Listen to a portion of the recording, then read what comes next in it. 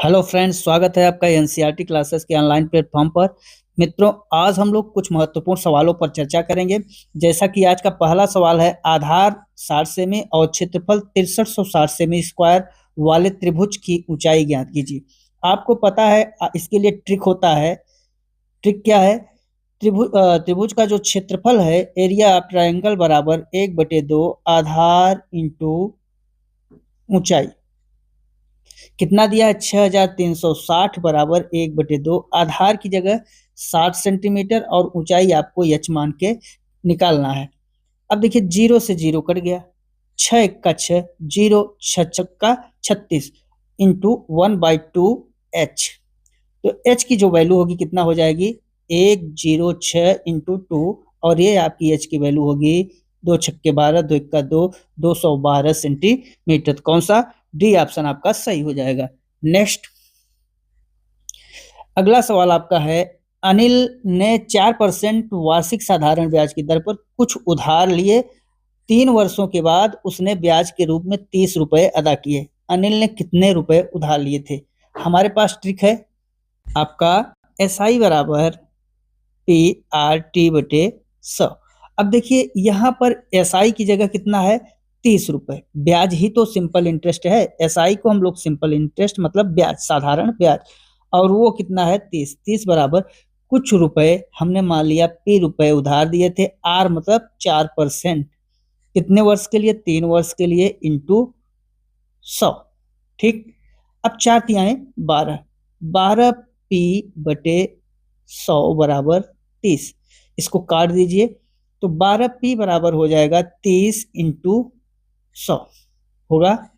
4 100 को काटिए 25 बार, 3 बचा, 3 30 को काटिए 10 बार, तो जो पी की वैल्यू आ रही कितनी आएगी? 25 इंटू 10 कितना हो जाएगा? 250। कौन सा? सी ऑप्शन आपका सही हो जाएगा, रुपए 250। नेक्स्ट, एक दुकानदार किसी वस्तु का अंकित मूल्य क्रय मूल्य से 50% अधिक अंकित करता है। यदि वह खरीदार को 30% बट्टा देता है तो लाभ परसेंट क्या होगा, या ज्ञात करो। अब इसका जो हमारे पास ट्रिक है बहुत छोटा सा है। ट्रिक क्या है? देखिए, कितना अंकित कर रहा है? 50%। कहाँ से? क्रय मूल्य से। और बट्टा का मतलब डिस्काउंट, और डिस्काउंट का मतलब क्या होता है? डिस्काउंट का मतलब होता है माइनस। तो जो प्रॉफिट है P% कितना हो जाएगा?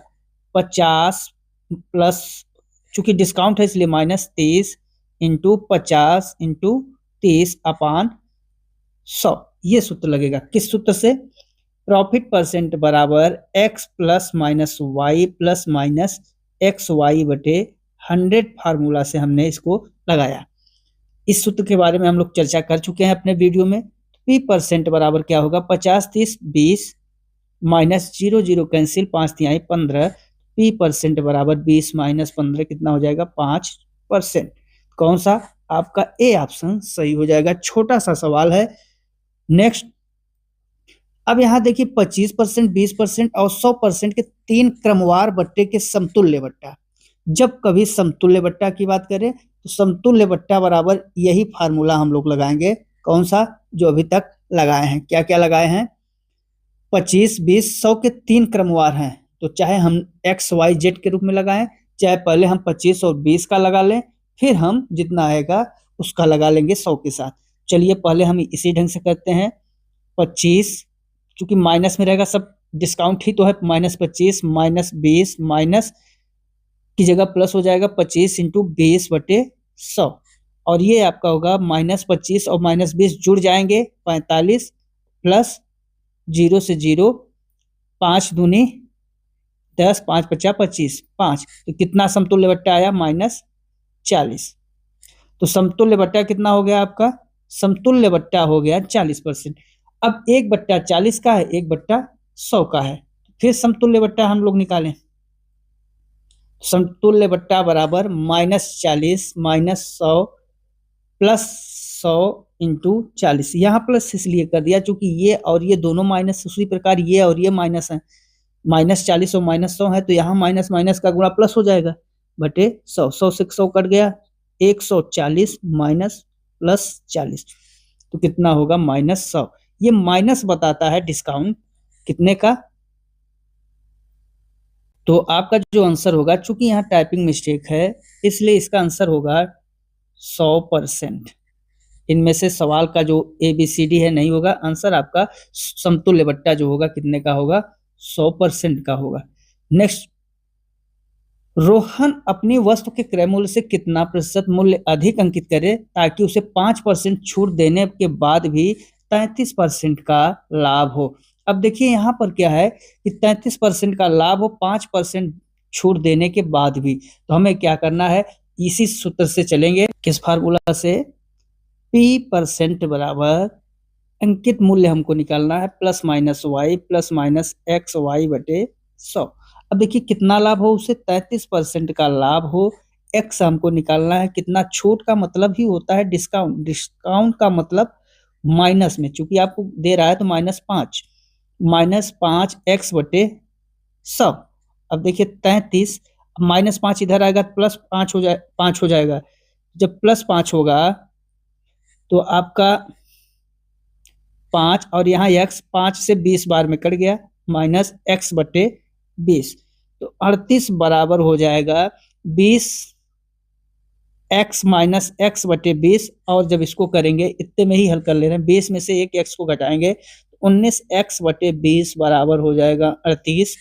19 एक्का 19, 19 दूना 38, तो x की जो वैल्यू आएगी 20 दूना 40%। कौन सा सही हो जाएगा, आपका ए ऑप्शन सही हो जाएगा। केवल इस सूत्र से हमने हल किया है, इसी सूत्र का प्रयोग करिए और इसको हल कर लीजिए, x की वैल्यू निकालनी थी। नेक्स्ट आपका क्या है, किसी शहर की जनसंख्या प्रतिवर्ष 5% बढ़ जाती है। यदि इस समय शहर की जनसंख्या 70,000 हो तो बताइए 2 वर्ष बाद जनसंख्या कितनी होगी। इसके लिए फार्मूला है कौन सा, वर्तमान जनसंख्या बराबर क्या होता है, वर्तमान जनसंख्या बराबर होता है आपका 1 एक्स के, जो वर्तमान जनसंख्या इंटू 1 प्लस दर बटे 100 इंटू समय, ये होता है n वर्ष बाद जनसंख्या बराबर n वर्ष बाद जनसंख्या। इसको हम फिर से लिख रहे हैं तब समझ में आएगा आपको।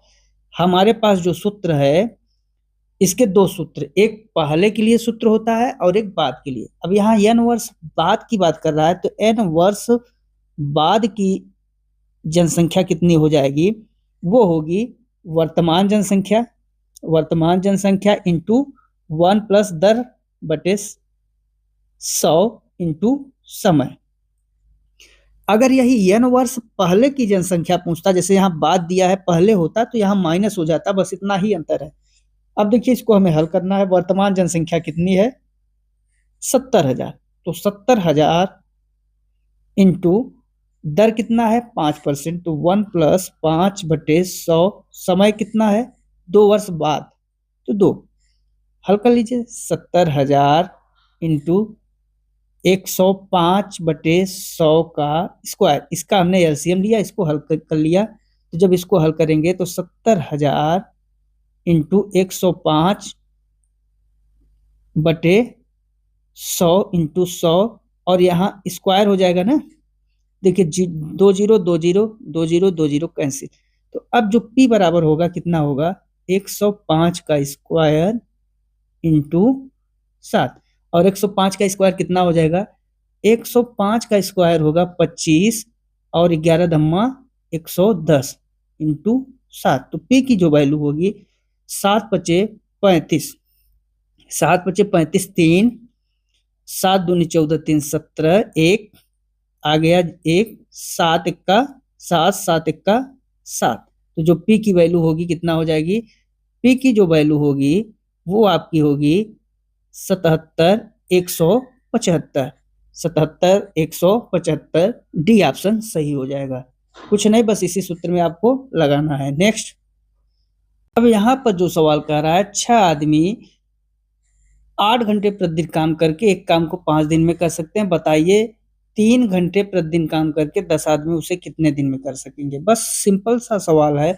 यहाँ m1 बराबर कितना दिया है, m1 बराबर 8 और h1 बराबर दिया है, m1 बराबर दिया हुआ है 6 और h1 बराबर आपका दिया हुआ है 8 और D1 बराबर दिया हुआ है 5। इसी तरीके से M2 बराबर दिया है 10, H2 बराबर दिया है 3, D2 निकालना है। आपके पास सूत्र क्या है? M1 H1 D1 बराबर M2 H2 D2, और इस सवाल को इसी सूत्र से निकालिएगा। ये आप लोग इसका उत्तर बताइएगा कमेंट में, आपने इसको हल कर लिया है कि नहीं। ये सवाल आपके लिए है। इसका जो उत्तर आएगा हम बता दे रहे हैं, 8D ऑप्शन सही होगा। सूत्र यही लगेगा, आप हल करिएगा और कमेंट में बताइएगा उत्तर। नेक्स्ट है, यदि 4 पुरुष 6 महिलाएं एक कार्य को 10 दिन में करती हैं। 4 पुरुष या 6 महिलाएं एक कार्य को 10 दिन में करती हैं, 3 पुरुष 3 महिलाएं उसी कार्य को कितने दिन में करेंगी? एकदम सिंपल सा। अब यहां से देखिए क्या कह रहा है, 4 पुरुष या 6 महिलाएं, इसका मतलब जो 4 मेल हैं वो 6 फीमेल के बराबर हैं। तो यहाँ से जो 2M है वो 3 फीमेल के बराबर, इसका आपको काम देगा। अब यहाँ 2 पुरुषों का कार्य 3 महिलाओं के बराबर है। क्या कह रहा है कि 4 पुरुष किसी कार्य को या 6 महिलाएं किसी कार्य को 10 दिन में कर सकती हैं। तो वही सेम टू सेम आपको करना है। पहले हम पुरुष पे ही ले लें, 3 पुरुष 3 महिलाएं। चूंकि 3 महिलाएं दिया है तो इस 3 महिलाएं की जगह हम 2 पुरुष रख देंगे, तो 2 मेल रख देंगे, 3 2 5 हो जाएगा ना। तो 4 पुरुष किसी काम को 10 दिन में करते हैं, तो 3 पुरुष और 3 महिलाएं की जगह 2 पुरुष, मतलब 5 पुरुष उसी कार्य को D दिन में करेंगे। 5 दूनी 10, तो D की वैल्यू किसके बराबर आ जाएगी? 8 के बराबर आ जाएगी। 8 डेज में फाइनल करेंगे। हमने बस इस फार्मूले का प्रयोग किया और M1 D1 बराबर M2 D2 सूत्र का प्रयोग किया। तो कौन सा? ए ऑप्शन आपका सही हो गया। नेक्स्ट, 12, 16, 18 का चतुर्थानुपाती करना है। 12:16 समानुपात 18:x। चूंकि इसकी वैल्यू निकालनी है तो 12/16 और ये बराबर हो जाएगा 18/x के। बस काट दीजिए, 6 दूनी 12, 6 त्रिक 18, 2 1 का 2, 2 8 16, 3 गुणा, तो x की वैल्यू किसके बराबर आ जाएगी? 24 के बराबर आ जाएगी, जो कि आपका सी ऑप्शन सही है। नेक्स्ट, अब यहाँ पर देखिए 8 और 18 के मध्यानुपाती ज्ञात करने के लिए कह रहा है।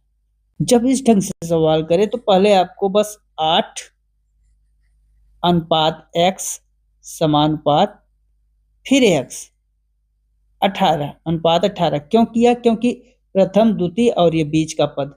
अब बस हल कर लीजिए, 8/x बराबर, ये इसका मतलब होता है समानुपात का मतलब बराबर, x/18 तिर्यक गुणा, तो x स्क्वायर बराबर क्या होगा? 18 × 8, या x स्क्वायर बराबर हो जाएगा आपका 9 × 2 8 16। अब देखिए x स्क्वायर को हम इस ढंग से भी लिख सकते हैं, 3 का स्क्वायर × 4 का स्क्वायर। अब देख रहे हैं आप, सबके घात बराबर हैं तो आधार भी क्या हो जाएगा? बराबर। तो x की जो वैल्यू होगी, x बराबर हो जाएगी 3 × 4, x की वैल्यू 12 आ जाएगी, जो कि आपका डी ऑप्शन सही है। तो साथियों, ये 20 सवाल थे जो कि आपके सीटेट परीक्षा में हर साल प्रश्न आते हैं, हर साल पूछे जाते हैं। ये 10 सवाल आपको 10 नंबर देके जाएंगे। तो मित्रों, चैनल को सब्सक्राइब जरूर कर लीजिएगा। बस इतना ही। नेक्स्ट वीडियो में नेक्स्ट चैप्टर के साथ फिर से उपस्थित होंगे। तब तक के लिए नमस्कार, जय हिंद, जय भारत, वंदे मातरम।